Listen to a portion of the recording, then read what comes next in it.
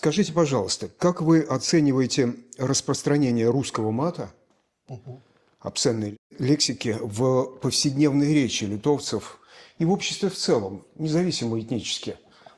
Просто свободное течение во всех совершенно слоях, как я могу сам это видеть, в улице, в социальных медиа. Ну, вообще, это, знаете, явление не новое. Это было в некотором смысле всегда, сколько я себя помню. И хотя вот, да, вот в высших этих слоях, в интеллигентных слоях этого не было, но ученики, даже студенты в мое время моей юности, это 70-е, 80-е годы, вполне использовали. И вот, да, тогда было, конечно, все понимали русский язык. И даже вот этот мат, он имел какой-то... Он вообще, мне кажется, никогда не имел определенного смысла, но люди понимают, что они говорят, хотя бы забывали. Это просто выражение эмоций. Вот такое выражение эмоций.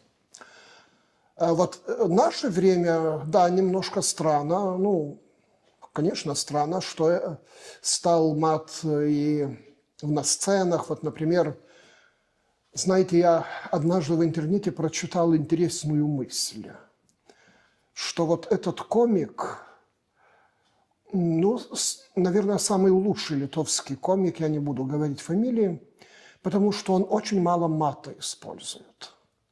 Все другие это комики, они стендаперы, да, они называются стендап, такой жанр, вы знаете, наверное. Так вот, они, ну, в полной мере, они просто забавляются этим матом. И я сам был на одном представлении, я смотрел, думал, ну, если человек вообще не создан для этого жанра, так лучше ты не иди в сцену, а с матом, ну, не знаю, может, кому-то очень смешно и очень... Ну, мне так это странно, просто странно. А вот в этом мире, в это время, что происходит? Я удивляюсь, когда молодежь, я имею в виду молодежь 21 века, то есть родились они после 2000 года, они свободно используют мат. И идут по улице, это разговаривают так вот, не понимая вообще, что они говорят, потому что русский язык они не понимают уже. Я даже один раз слышал, я, конечно, не буду это пересказывать цитату, потому что это цитата с матом, но идут девочка и мальчик, ну да, ну девочка и мальчик, 19 лет, может быть, им, ну вот. И он ругается так нормально, и там есть, знаете, выражения такие, что похлеще. И когда выражается о женщине, да, ну просто там эти слова, и он говорит, вот порезался, пип-пип. А девушка, наверное, она понимает, она говорит, а это ты ко мне обращаешься, да? Ну, это обращение к женщине, но он как-то, он вообще не понимает, что он говорит. Но он знает, что это как-то укрепляет речь. Это эмоционально как-то, вот так. Почему это происходит? Я не имею точного, конечно, ответа, но мне кажется, что все-таки то, что мат перешагнул разные слои и возрастные поколения, и что вообще выражает эта лексика ненормативная? Она выражает эмоции, иногда негативные, иногда даже позитивные, но это эмоции, которые имеют унизительный смысл. Унижает. Не просто там кого-то конкретно, какого-то человека. Просто так выражается, чтобы так вот создать такую речь унижения, вот это, и эмоциональную речь. Не знаю, я думаю, что, к сожалению, с демократией в Литву пришел очень такой большой грех. Это в публичном пространстве, вот унижение в публичном пространстве. Конечно, не матом, но всякого бывает. Бывает и такое даже. Но вообще-то вот политики, когда не говорят друг о друге, когда они задают даже вопросы, журналисты, мне кажется, вот я слушаю, мне кажется, ну сколько можно унижать? Даже этот знаменитый протест людей культуры. Мне он был отталкивающий потому, что там была очень большая доля унижения этому бедному министру несостоявшемуся. Там про него, столько наговорили, что, знаете, вот в приличном обществе просто так не говорят. И это от людей культуры. Но все-таки я хочу сказать, публичное пространство, мне кажется, имеет большое значение.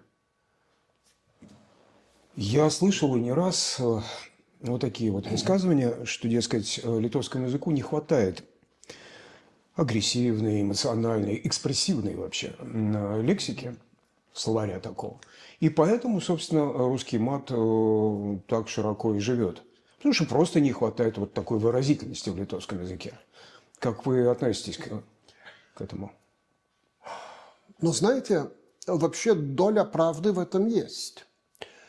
Потому что молодежь теперь, молодые люди, они общаются с многими другими молодыми людьми.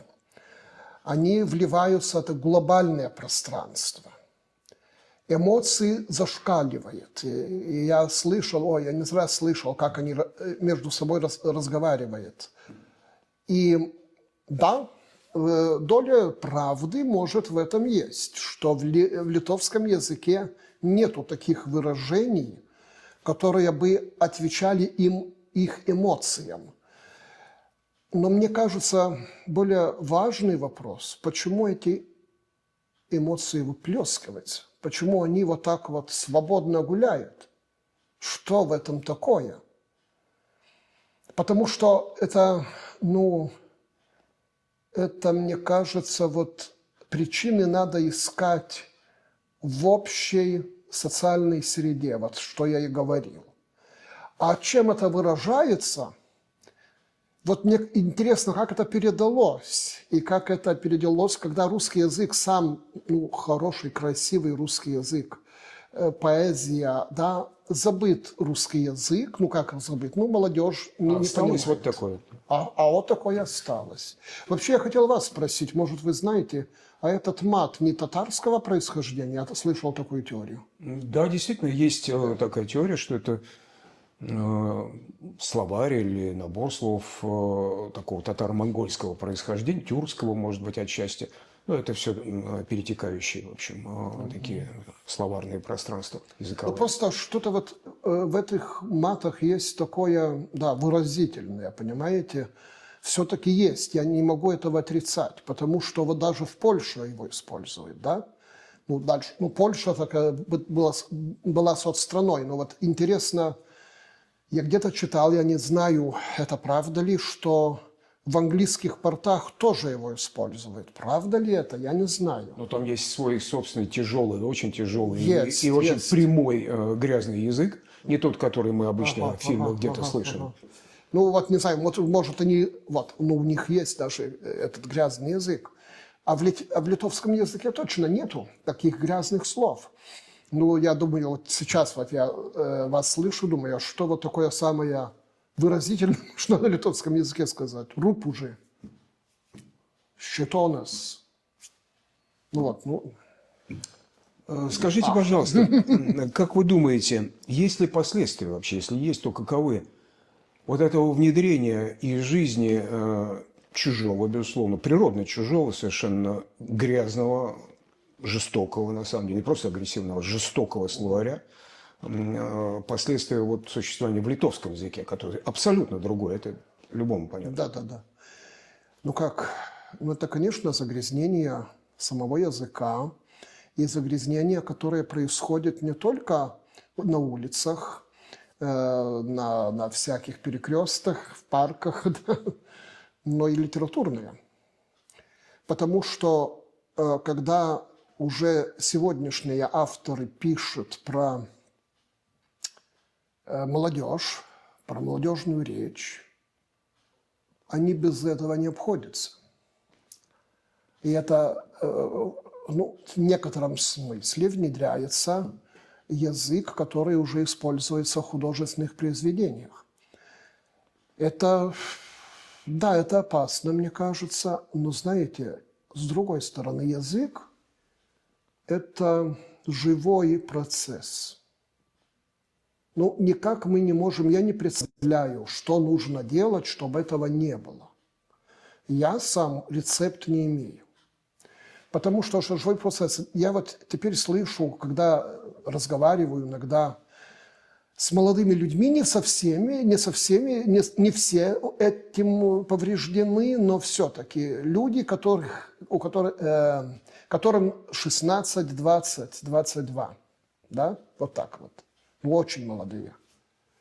Они используют очень много англицизмов. Ну, иногда я уже говорю: слушай, ты переведи мне, а то я не понимаю. Ну, он переводит, ну, это так сложно, это, понимаете, это такое слово, словечко, что вот... И я тоже уже начинаю слышать, я, конечно, не знаю хорошо английский язык, но и вы говорили про грязный этот язык, грязный слой, так, и он есть, я знаю, что он есть.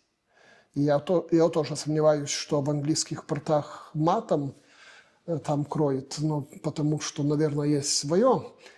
И уже начинают использовать эти английские, там, ну, я не буду повторять, какие, уже входит наш повседневный язык. Я, собственно говоря, я не очень хорошо знаю английский, да, особенно этот вот грязный, как вы говорите. Я не знаю, что будет лучше, или старый русский мат, или новый английский ругань. Но тогда это все равно. Вот это интересно, что как-то, наверное, наш язык не приспособлен для поругания, для унижения другого. Ну, наверное, я не знаю. Я не хочу его так описывать, как самый лучший язык в мире, там, ну, так, да-да-да. Нет, мне кажется, все языки очень, очень хорошие, очень интересные. Понимаете, ведь это время очень эмоционально. И я возвращаюсь к тому, что я говорил в начале. Если в публичном пространстве так называемый элит, особенно политический элит, если не разговаривает матом, то на таких интонациях, так это, ну, как бы позволяет другим так тоже так, ну, давайте, что, выльемся, да? Некоторые мыслители, современные сейчас, считают, что в мире в целом, и вот в европейских обществах в том числе, происходит эпидемия глупости. Не то чтобы прямо сейчас она началась, это уже длительно. И что это означает? Это снижение, так сказать, образовательного некого ценза, да? Снижение просветительских образовательных потребностей как таковых. Вот. Переход к, собственно, жизни, вот той самой средней жизни, то есть потребительской жизни ну, и так далее. Вот. Но если, действительно, если вы с этим согласны, происходит эпидемия глупости, вот, причем это длительный и такой глубокий процесс, он на разных уровнях обществ, вот, то может ли это влиять, например, на уже конкретно литовскую идентичность через тот же самый чужой, посторонний, грубый лексикон, жестокий лексикон, грязный, и в конце концов утрату собственного просто, так сказать, лица, культурного, национально-культурного лица. Ну, вообще-то, этого выражения я раньше не слышал. Вот от вас услышал «эпидемия глупости». Ну, нравится мне это. Это нравится не то, что происходит, а то, что как определяется. Знаете, вот в вашем вопросе есть два слоя, наверное, да. Один – это вообще глобализм, ну, это всеобщий процесс. И что-то такое идет, да, что мы утрачиваем свою идентичность. Я говорю, мы все мы. И начинаем как-то объединяться в порыве потребительства, там, не знаю, еще каких-то играх нашей силы или что-то такое, там, стиль, там, мода, и, ну, все такое. Есть то, что нас делает одинаковыми. Мне кажется, что это плохо. Не сам процесс глобализации, а утрата это. А другой слой вашего вопроса, вот эта грязь, может, приходит с этой эпидемией глупости. Да, вообще возможно, и даже очень конкретно я слышал от многих-многих людей академии, то есть преподавателей, профессоров, что страшно, ну, просто страшно упал уровень учения, уровень студий, да, высших заведений. То есть, говоришь, что молодому человеку скажешь, что, знаешь, надо прочитать книжку. Вот. Ну, как, почему, зачем мне ее читать? Я же Google имею, я же вообще теперь пользуюсь этим как-то... AI? Ну да, ну как это называется? Искусственный интеллект. Искусственный интеллект, да. Так зачем? Зачем? Я могу все узнать, даже он мне систему подаст, ну, что мне читать? Но когда я вот это точно говорю, когда человек не читает, он глупеет. Потому что у него в душе не происходят процессы, которые должны происходить. Мы не созданы, чтобы жить 1000 лет. И просто мы не можем усвоить разных экзистенциалов, разных отношений, разных характеров. Нам слишком мало времени, чтобы усвоить больше. А больше надо усваивать, потому что когда эти вот глобальные процессы происходят, если свою идентичность вот как-то отстоять, это нельзя отстаивать. Ну вот я не буду говорить там что-то, буду говорить так вот на каком-то старинном языке, но это не будет эффективно. Нам надо понимать, что происходит в мире, что происходит у человека. И нам надо читать тогда. Читать. Это чтение – это процесс нашей души. Я вот так бы сказал. Молитва – это процесс духа нашего, а вот чтение – процесс души. Потому вот в монастырях, вот это интересно, одна доктор философии раз написала такой пост в Фейсбуке. Я так нуждаюсь в то время, когда все университеты были под монастырями. Монастыри были, эти начальники, учредители университетов, люди читали. Они были вынуждены читать, потому что в каждом монастыре, например, в Регуле, да, или, как сказать, монах имеет свое, как это называется, когда день, вот он имеет... Распорядок, регламент. Да, извините, регламент. Я забываю некоторые слова. Там есть и время для чтения, и особенно в контемплятивных монастырях. Кажется, там они только молятся. Нет, они и читают, обязательно читают. И, например, я вот где-то 2-3 года назад я реколлекции вел в монастыре бенедиктинов в Литве. И я вот это видел, как как они читают. Но они читают в своих кельях, но и на обеде, когда все обедают, они не разговаривают между собой. А один брат стоит и читает какой-то текст. Они все слушают. Этот текст читается, как сказать, перманентно. Вот вчера закончил этим, Продолжение. потом продолжение. И знаете, что они читали вот это время? Вот вы не поверите.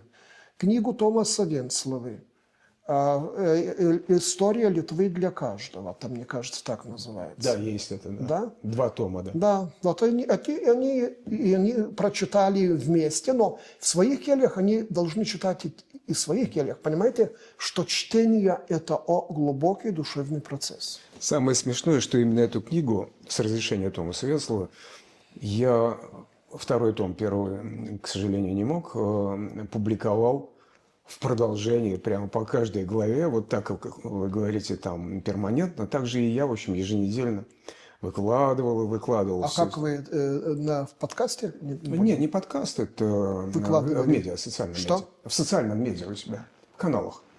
Вильниц социальное медиа. Ну как вы выкладывали? Я просто не понял. Тексты и иллюстрации к ним я... Ай, так, просто не вот так же перманентно, как вы говорите, да, каждый день, вот тут Понимаю. каждую неделю. Вот Очень интересно, очень интересно. Зубрила Бог. Так вот, Томасу я забыл даже сказать, что в монастырях читают его книги. Да, это очень, очень интересно. Рядом с тем, что вы сейчас говорите, мы говорим, находится такое явление, как отрицательный отбор, на мой взгляд. Потому что приход со сниженными уровнями, качествами некого слоя, он вызывает следующий слой такой же, потому что он удобен этому. Ну, да. И так дальше.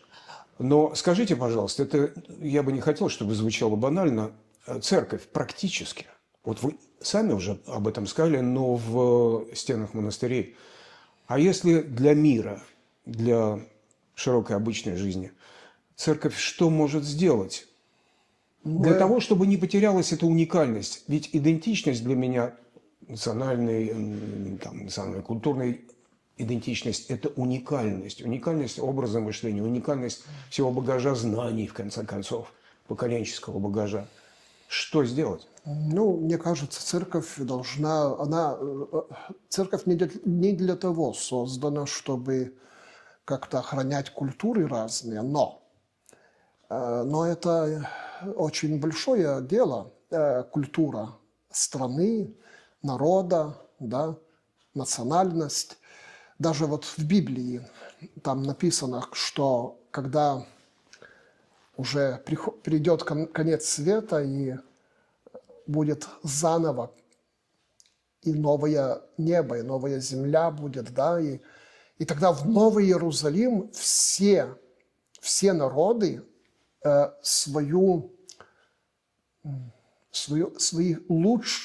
что лучшее у них есть, они там отдадут, и там будет все радоваться этому, да.